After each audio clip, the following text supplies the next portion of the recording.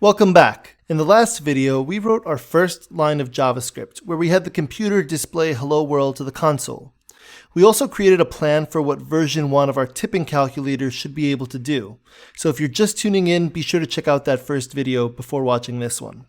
In this video, we're going to learn how to calculate and store different values in memory. Now, imagine you could only store one thing in your mind at one time. You wouldn't be able to do much mental processing. I could tell you that the total bill for the meal was $100, and in your brain you'd be thinking, okay, $100. And then when I tell you that there's 4 people splitting the bill, you say, cool, there's 4 people. And that 4 people will replace the $100 in your brain. So then when I ask you to divide the two numbers, you'd be like, all I know is 4 people. You wouldn't remember that I told you that the total bill was $100 because you could only remember one thing at once. Luckily, most of us can store many things in our brains. And like us, computers can store many different values in memory. But it's our job as programmers to tell the computer when and how to remember things. So let's start coding this up.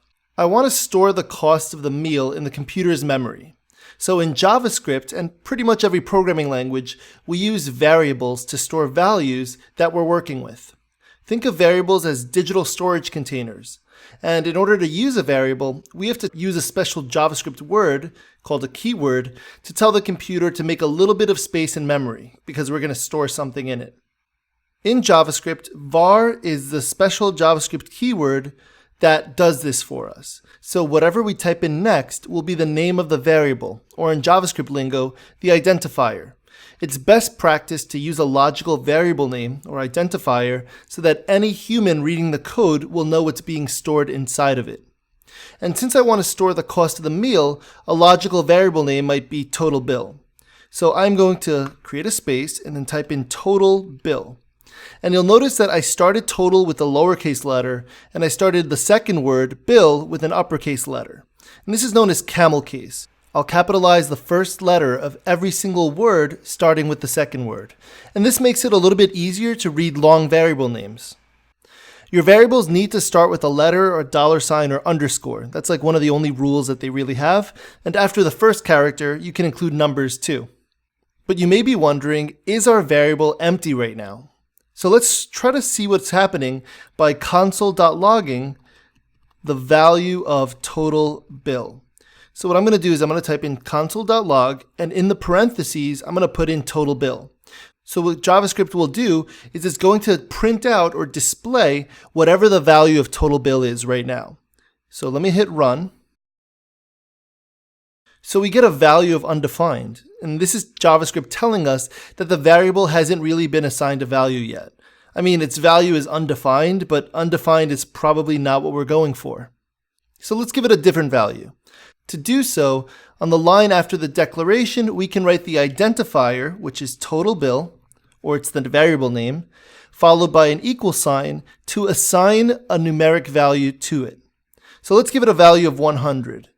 And in JavaScript, the equal sign is like using the set block in Scratch or Snap. We can set the value of a variable using the equal sign or assignment operator as it's known. Now I can end this line with a semicolon. And if we console.log the variable now, it should print out 100. So let me rerun the program, and we see that it says 100. While our code currently works, I kind of want to go back to the assignment for just a second. Notice how I split the declaration and the assignment between 2 lines. We can actually do both at the same time by having the equal sign or assignment operator immediately after the identifier or variable name. So if I want to declare a variable named number of people, let me do that on line 6, I will type in var number of people, and I can put an equal sign right on my declaration line and set it equal to 4. And then I'm going to end this line with a semicolon. So let me go back to total bill, and we're going to declare it and assign it on the same line. It'll simplify our code just a little bit. Now here's the cool part. I can also use the value of a variable in other variables. I'm going to create a new variable named total with tip, and I'm going to set it equal to total bill times 1.2. So what this is doing is it's taking the value of total bill, multiplying it by 1.2, and storing that in total with tip. So in essence, we're increasing total bill by 20%. Here in New York, it's customary to give a 20% tip if the server's doing a really good job, so you give them 20% over the cost of the total bill. And now if I console.log the total with the tip, I should get, before I even hit run, I should get 120 because it's going to do 100 times 1.2. And when I run it, I get 120, which is exactly what we expect. Now, I've only assigned numeric values to the variables thus far. So let me show you an example where we can store another type of value in a variable. In this example, I have 4 console.log lines that say Bob says hi there, Bob says what are you doing, Bob says let's grab lunch, and then Bob says we can get pizza. So let me run it just so you guys can see that this is exactly what's being displayed.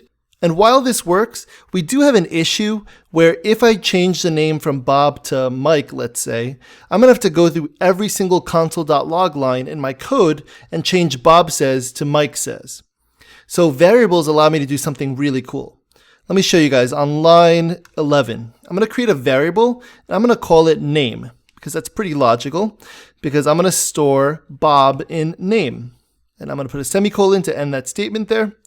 And now, in my code, instead of saying Bob says hi there, I'm going to remove that.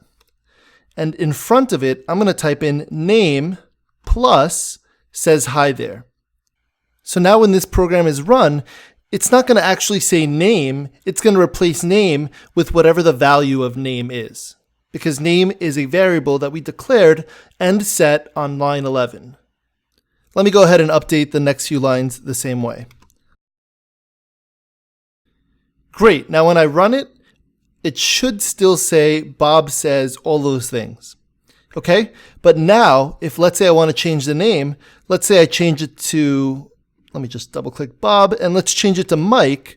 If I run it now it says Mike says hi there, Mike says what are you doing, Mike says let's grab lunch, and then Mike says we can get pizza. So this is much more efficient because if I want to change the name, I only have to change it in one place on line 11, and I don't have to go through the entire program looking for all the console.logs and changing the name manually. In the next video, we'll look at different data types that exist in JavaScript, as well as new JavaScript keywords that we can use to declare variables.